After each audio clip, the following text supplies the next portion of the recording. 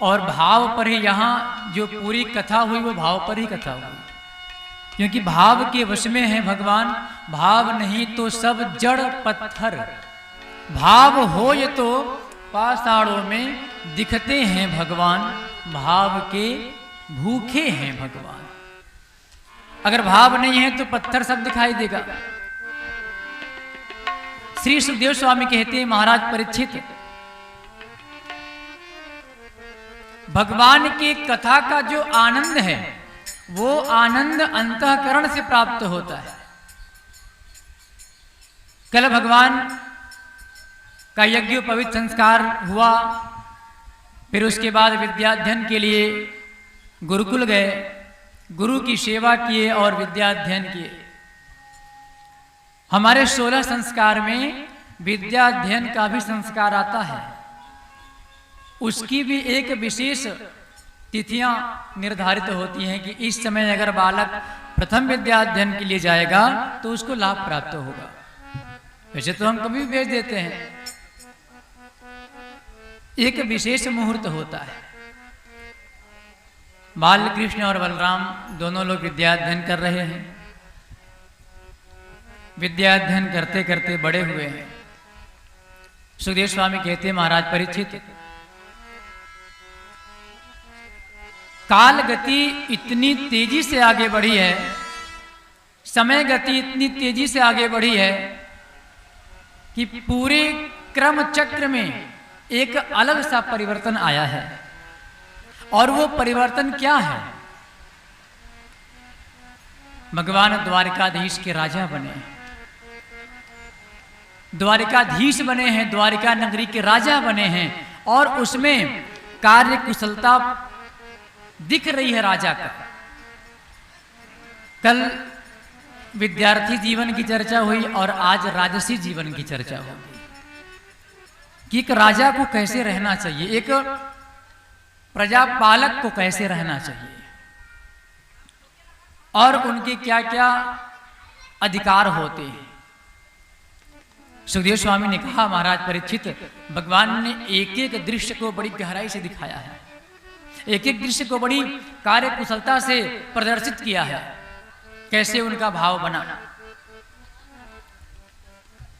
कि राजा किसे कहते हैं? राजा का मतलब होता है स्वामी। अब चाहे वो राज्य का हो या घर का हो, राजा तो राजा होता है। अब एक राजा है जो पूरा देश चला रहा है, एक राजा है जो प्रदेश चला रहा है, एक राजा है जो जिला चला रहा है, एक राजा है जो घर चला रहा है। वो तो घर का भी तो राजा होता है। तो हर राजा के अपने अपने अधिकार होते हैं, किसको क्या करना चाहिए। यहां पर जो मूल विषय आता है वो ये आता है कि हमें सबसे जरूरी ये है कि अपना घर कैसे चलाना चाहिए, घर की व्यवस्थाएं क्या होती हैं। अगर हर कोई मालिक बन जाएगा तब तो फिर समस्या आ जाएगी। मालिक तो एक होना चाहिए, तब तो कोई निर्णय होगा। अब सब मालिक बनेंगे तो अपनी अपनी मनमानी थोपेंगे और अपना अपना कार्य करना चाहेंगे। इसको बड़ी गहराई से जो अपने घर में मान सम्मान पाता है, जो अपने घर को कार्य व्यवस्था के आधार पर चला पाता है, वो समाज में नाम पाता है।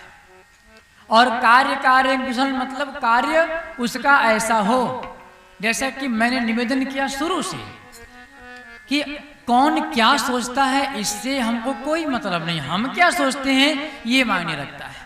हम क्या सोचते हैं, कौन क्या कह रहा है इससे विचार नहीं करना है।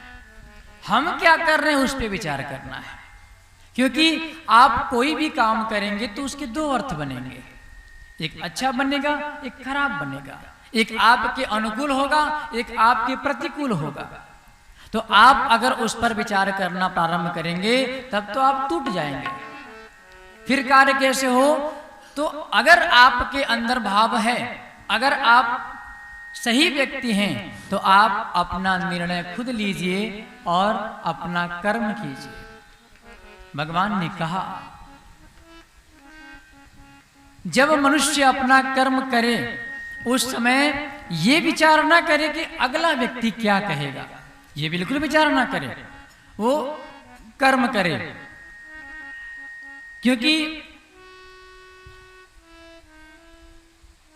हम जब कुछ नहीं करते तो न तो हमारा मान होता है न तो हमारा अपमान होता है। सीधा सा जीवन जीते हैं, घर में पड़े रहते हैं, ना कोई जानने वाला है ना कोई मानने वाला है। हम जब करना शुरू करते हैं तब हमारे साथ विडंबना आती है। तब जानने वाले भी आते हैं, मानने वाले भी आते हैं, सम्मान करने वाले भी आते हैं और तिरस्कार करने वाले भी आते हैं। जब आप कुछ करेंगे तब तो होगा, हम जब कुछ करेंगे ही नहीं तो होगा कहां से। तो एक बात का विशेष ध्यान दें, जब हम घर से निकले कुछ करने के लिए तो सम्मान हो ना हो अपमान जरूर होगा। और जब अपमान होगा इसका मतलब ये नहीं है कि हम हार गए। अरे हमारे विजय का तो प्रथम मार्ग है वो, उसका उतना नाम हुआ है जो जितना बदनाम हुआ है, लेकिन अच्छे काम में है तो। इसलिए कर्म करना हमारा कार्य है, हमारा धर्म है। और नाम बदनाम करना समाज का काम है। आप अच्छा करेंगे तो भी समाज आपको नहीं छोड़ेगा, आप खराब करेंगे तो भी समाज आपको नहीं छोड़ेगा। आप खराब करेंगे तो लोग कहेंगे देखो कितना गंदा व्यक्ति है, अच्छा करेंगे देखो कितना बन रहा है, देखो कितना, दोनों में आपको कोई छोड़ने वाला नहीं है। इसलिए कर्म करते चलो नाम जपते चलो, कर्म करते चलो नाम जपते चलो, कर्म करते चलो नाम जपते चलो, कर्म करते चलो नाम जपते चलो, अपने प्रभु को हमेशा मनाते चलो, अपने प्रभु को हमेशा मनाते चलो, अपने गुरु को हमेशा मनाते चलो, अपने गुरु को हमेशा मनाते चलो, कृष्ण गोविंद गोपाल गाते चलो, कृष्ण गोविंद गोपाल गाते चलो। तो हर कार्य में एक नाम होना चाहिए, और जब नाम हम लेंगे तब हमारा नाम होना शुरू होगा। क्या सोचता है तू पगले, क्यों होता है व्याकुल?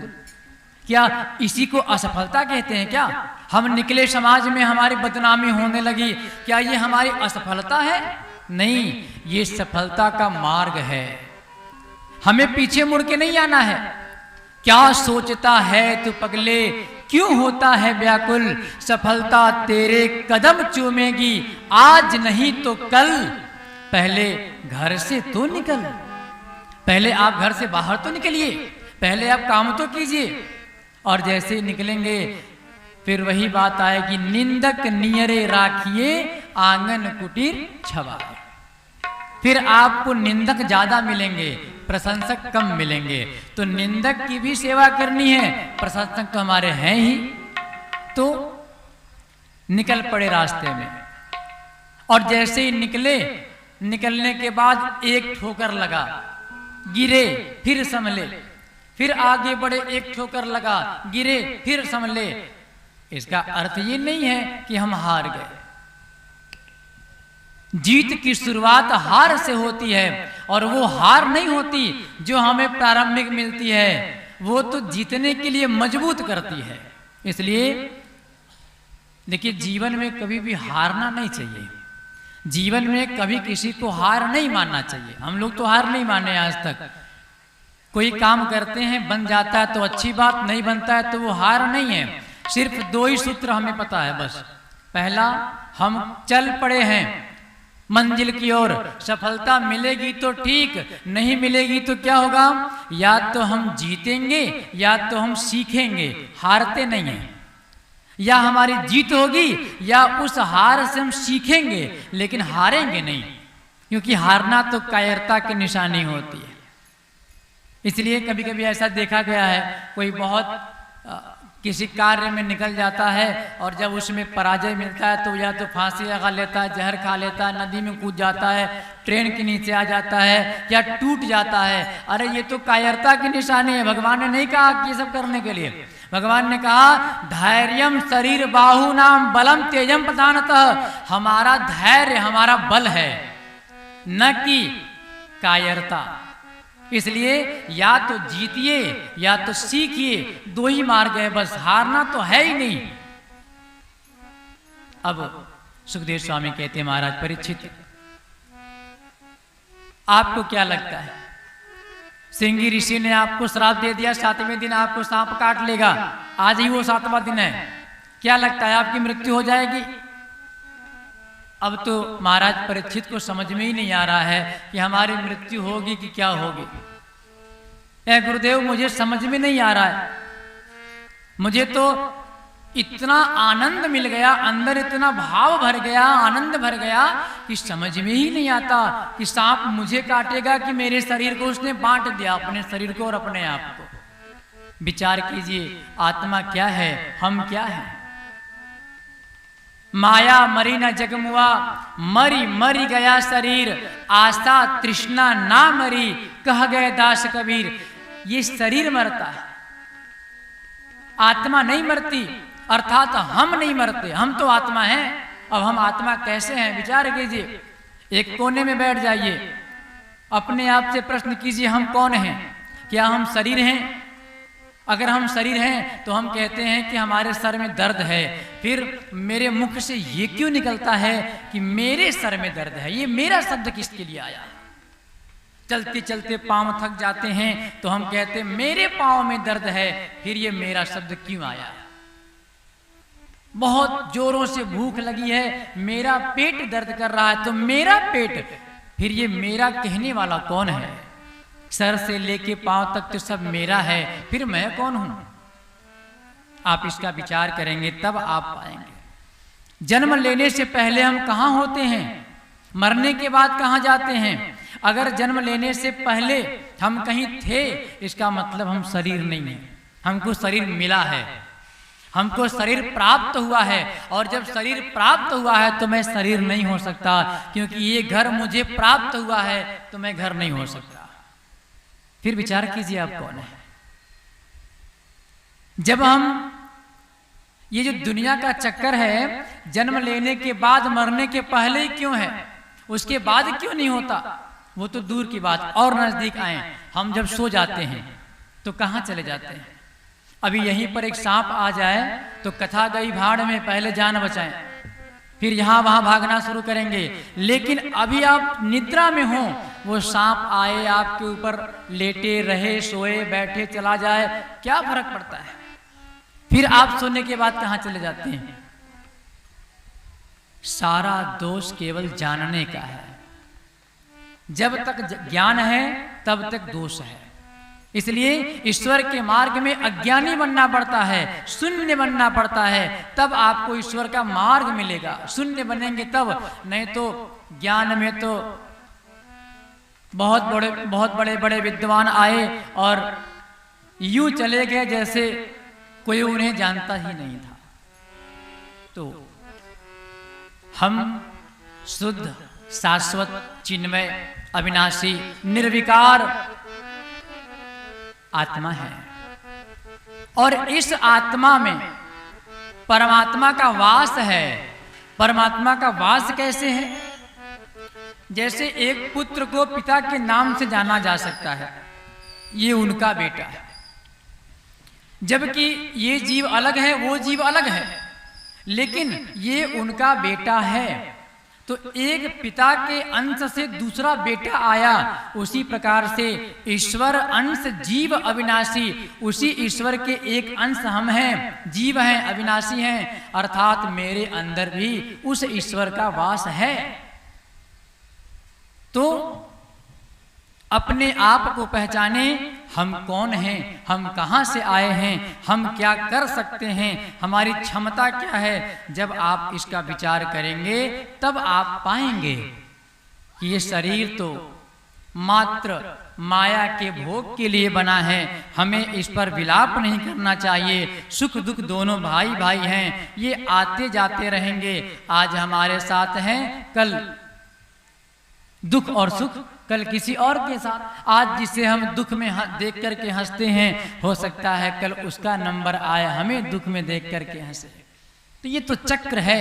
हमें अपना निरंतर काम करते रहना चाहिए, और काम में ईश्वर का नाम प्रविष्ट होगा तब कर्म बन जाएगा। इसलिए भगवान के नाम के सहारे कर्म करते रहना चाहिए। इतना सुंदर सजाते हैं इसको, शरीर को।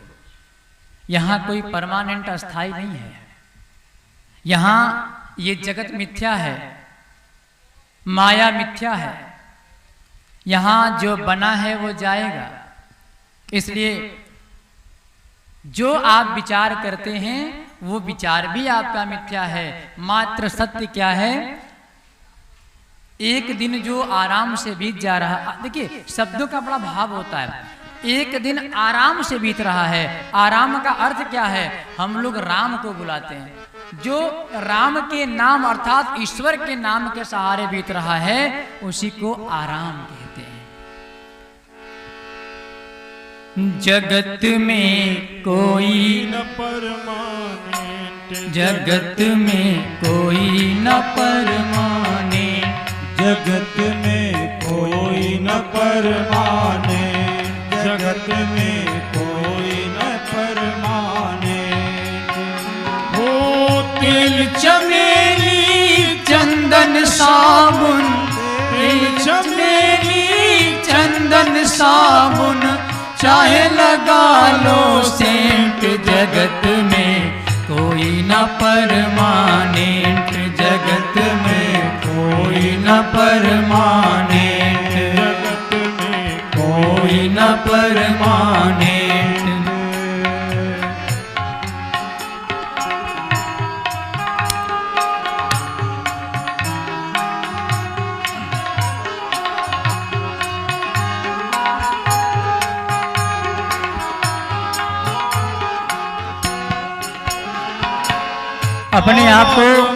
अपने आप को पहचाने। यहाँ अस्थाई कोई नहीं है। हरि नाम एक सत्य है, बाकी है सब मिथ्या। तब हमको पता लगना चाहिए कि ये क्या है। आवागमन लगा दुनिया में, जगत है रेस्टोरेंट रे प्यारे, जगत है रेस्टोरेंट रे प्यारे, जगत है रेस्टोरेंट। आवागमन लगा दुनिया में, जगत है रेस्टोरेंट रे प्यारे, जगत है रेस्टोरेंट। अंत समय में उड़ जाएगा, अंतकाल में उड़ जाएंगे तेरे तंबू टेंट, जगत में कोई न परमानेंट, जगत में कोई न परमानेंट, जगत में कोई न परमानेंट। वो अंत समय में उड़ जाएंगे, अंत समय में उड़ जाएंगे, लगे तंबू टेंट, जगत में कोई न परमानेंट, जगत में कोई न परमानेंट।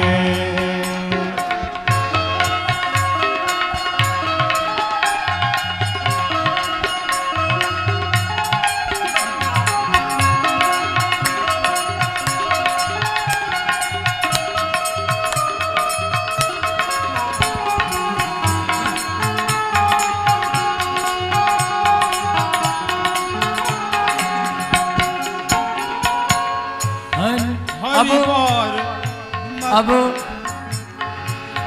हम चाहे कहीं घूमें, कहीं आए जाएं, लेकिन अंत समय में तो एक ही जगह जाना होता है।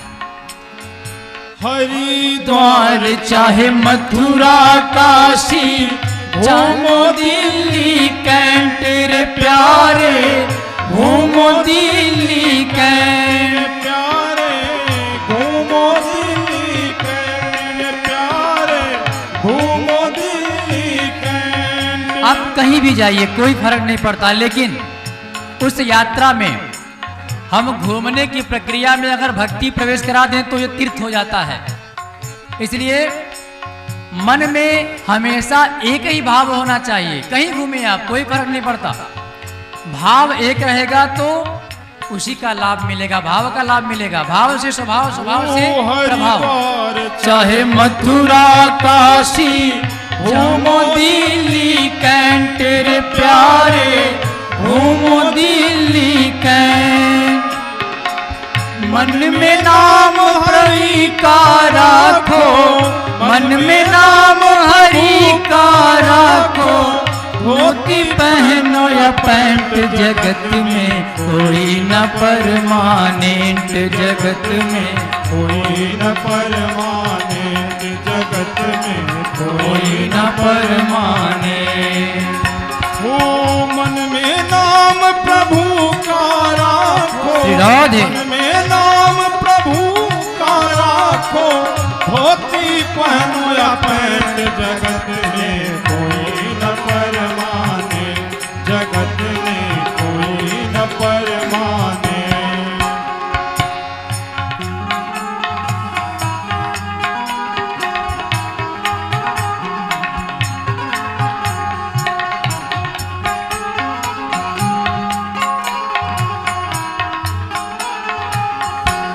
अब यहाँ चाहे जितने बड़े बन जाइए आप, चाहे जितने भी राष्ट्रपति बनिए, प्रधानमंत्री बनिए, कोई बिजनेसमैन बनिए, लेकिन एक बात हमेशा ध्यान रखिए, समस्या, मौत ये किसी को छोड़ने वाली नहीं है। पद प्रतिष्ठा पा जाते हैं तो अहंकार करते हैं, थोड़ा सा कुछ बने नहीं कि विचार करते हैं कि हमसे बड़ा कोई है ही नहीं, और जब उसके बाद काल का चक्र चलता है ना, तब उनकी औकात सामने आ जाती है कि हम क्या थे। बड़े बड़े को देखा गया है राजा से रंग बनते, परिवार में ही ठोकर खाते देखा गया है। जो इतना घमंड करते थे परिवार में ही ठोकर खाते देखा गया है। इसलिए हमेशा विचार होना चाहिए, राष्ट्रपति चाहे जनरल कर्नल, चाहे हो लेफ्टिनेंट रे प्यारे, चाहे हो लेफ्टिनेंट। अक्सर देखा गया है बहुत सारे लोगों से हम लोगों का भी सामना होता है, जैसे लगता है कि उनसे बात करने का मतलब भगवान को पा लेना, ऐसा वो भाव बनाएंगे कि उनसे कोई मिल ही ना पाए।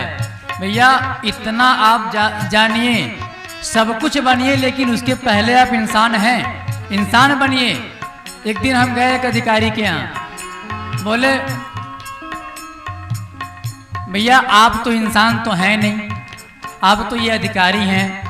तो हंसे, बोले अरे हम अधिकारी से पहले इंसान हैं, हमके आपके अंदर तो इंसानियत दिखती नहीं, अगर दिखती तो आप कम से कम सीधी में बात तो करते। आप तो हर इंसान को जानवर समझ लेते हैं, भगा देते हैं। उस दिन से उनके जीवन में परिवर्तन आया, कुछ ऐसी बातें उनको बताई गई, तब कहना पड़ता है राष्ट्रपति या जनरल कर्नल, चाहे हो लेफ्टिनेंट रे प्यारे, चाहे हो लेफ्टिनेंट। राष्ट्रपति चाहे जनरल कर्नल, चाहे हो लेफ्टिनेंट रे प्यारे, चाहे हो लेफ्टिनेंट। एक बात और आई, एक साहब अपने नौकर को डांट रहे थे कि तुम नौकर हो, नौकर ही रहोगे, तुम्हारी कभी बुद्धि बड़ी नहीं हो सकती। वो नौकर सत्संगी था। बोले साहब आप हमको नौकरी पर रखें चाहे न रखें कोई फर्क नहीं पड़ता, लेकिन एक बात हमेशा ध्यान दीजिए, मैं छोटा नौकर हूं आपका, लेकिन आप बड़े नौकर हैं सरकार का, इसलिए पहले आप औकात में रहिए, क्योंकि आप बड़े नौकर हैं, हम तो छोटे नौकर हैं, हम तो औकात में बाद में आएंगे। इसलिए नौकर, देखिए जो भी पैसे के पीछे, हम लोग भी नौकर हैं। नौकर का मतलब होता है जो भी जीवन पार्जन करने के लिए अगर अर्थ के पीछे जा रहा है तो वो नौकर है। इसलिए हर व्यक्ति को ध्यान देना चाहिए कि इंसान को इंसान की तरह समझे, अन्यथा जब ईश्वर की भृगुटी घूमेगी तब वो क्या करेगा। राष्ट्रपति या जनरल कर्नल, चाहे हो लेफ्टिनेंट तेरे प्यारे, चाहे हो लेफ्टिनेंट प्यारे, चाहे हो लेफ्टिनेंट। ये काल सभी को खा जाएगा, काल सभी को खा जाएगा, लेडीज हो या जेंट्स जगत में कोई न परमानेंट, जगत में कोई न परमानेंट। हो काल सभी को खा जाएगा, काल सभी को खा जाएगा, लेडीज हो या जेंट्स जगत में कोई न परमानेंट, जगत में कोई न परमानेंट, जगत में कोई न परमानेंट, जगत में कोई न परमानेंट।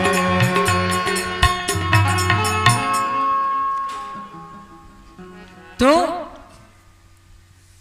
अपने आप को समझें, अपने आप को जानें और थोड़ा इंसान बनने का प्रयास करें। आए आप सभी कि हमारे बबुरी से मित्र लोग आए हैं, आप बैठें। बहुत बहुत स्वागत है आप